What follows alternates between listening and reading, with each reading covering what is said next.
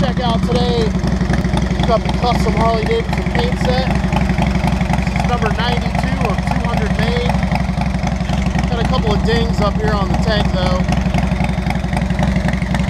Lots of chrome.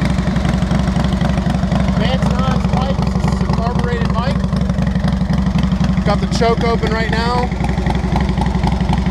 All chrome up top, levers, grips, mirrors, master cylinder, chrome front end with a lace profile wheel.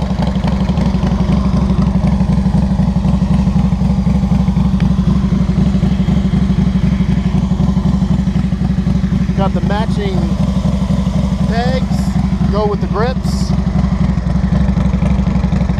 And we're looking at 31,775 miles on this motorcycle today.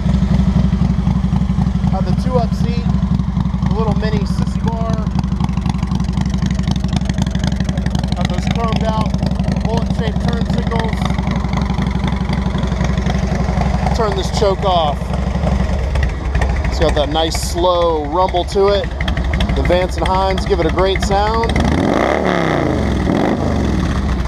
That could be you burning down the road. Come on down, take it for a demo ride today right here at Cox's Harley-Davidson.